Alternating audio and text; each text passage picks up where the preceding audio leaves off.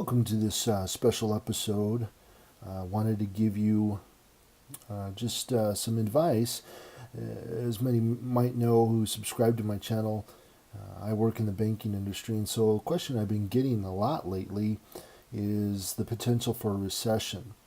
Now, depends on which news outlet you go to or which financial prognosticator, but I think it's safe to say that a recession is coming. In fact, most say recession is due given the cycles of the economy. And so what we're going to talk about here just briefly is how you can protect yourself and your money from the coming recession, your finances. So we're going to give you 6 ways to prepare yourself. I think all of us remember the Great Recession here of, 2008 and through 2010. Now, you ask a lot of folks in the know, and they don't think it'll be the Great Recession. They think it'll be a recession closer to that of 2001. Numerous quarters of no growth, negative growth, stagnant growth, but I don't think you'll see the downturn that we saw this last time. Yet, that last recession, people are still feeling the effects of it, and I think you'll see some still feel the effects of it for years to come still. So, I think this recession, even though it won't be as bad as the Great Recession, you still should take precautions. And so we're going to talk about 6 different precautions I think you should take. The first precaution is don't get new debt.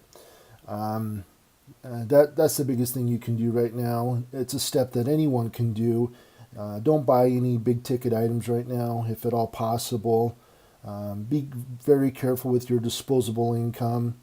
Drive that old car, and don't upgrade, whether it's your home, your car, sometimes even electronics. Computers nowadays are getting up there. Just suffice with what you can get by right now until the economy shows what it's actually going to do. And so you might even think about holding off on that dream vacation, right? Whatever you can do to hold on to your money and not get into new debt, new payments will be key. That's the first key. The second precaution I would tell you is save some cash. Now, most personal financial gurus or people in the know will say it's good to save at least 3 to 5 months of your monthly expenses, and I'm in agreement of that. Liquid, you should have in a savings account somewhere at least 3 months of expenses. Now, let's just say you don't have that type of savings right now. Well, I think you should at least have 500 minimum to 1,000, and that the reason for that is because most emergencies that happen to people are around that dollar amount, that $500 amount, and so at least you'll prevent yourself from getting too hurt. So save some cash is the second precaution. The third is pay down debt, whether it's credit card balances, installment debt, whatever you can do, get out of as much debt as you can after you've taken step 1 and 2. The less debt you have is the better when it comes to a recession. A lot of people had overextended themselves during that 06, 07 run up to the Great Recession and just really put themselves in a bad situation with over leverage. The fourth precaution I would tell you is saving even more cash. So once you've saved a minimum of 500 or your 5 months of living expenses, save more cash. Cash gives you great leverage, great bargaining chip for good buys.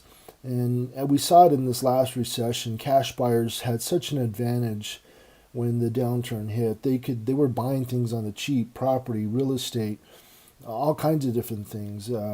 It was incredible to see what cash buyers were able to get, some of the buys they were able to get on things. And so that's why I would tell you, if you have the ability to save even more cash, you're gonna really potentially clean up on some good investments.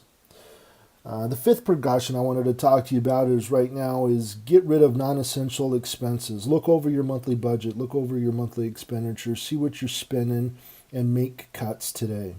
Whether it's monthly subscriptions like your gym that you never go to, whether it's cable TV, satellite Hulu, Netflix, whatever you can cut. Music subscriptions, whatever you're wasting money on right now, the $7 latte, whatever, do some cuts. Sell the extra stuff you have laying around. Simplify your life in any way you can, and downsize. Really downsize if that's even an option, of downsizing, because when the recession hits, that getting rid of non-essential expenses will just give you access to more disposable income, which you'll need if the recession lasts a while.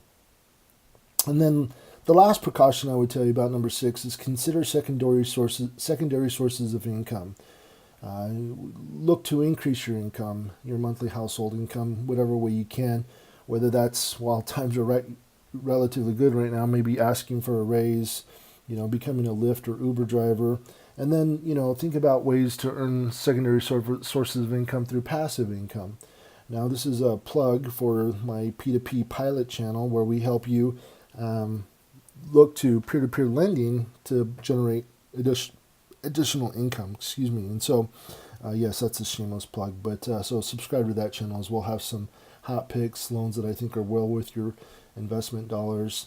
There'll be a lot of people looking to consolidate debt, or when banks tighten up, they'll look to these type of sources, these fintechs, to get access to capital.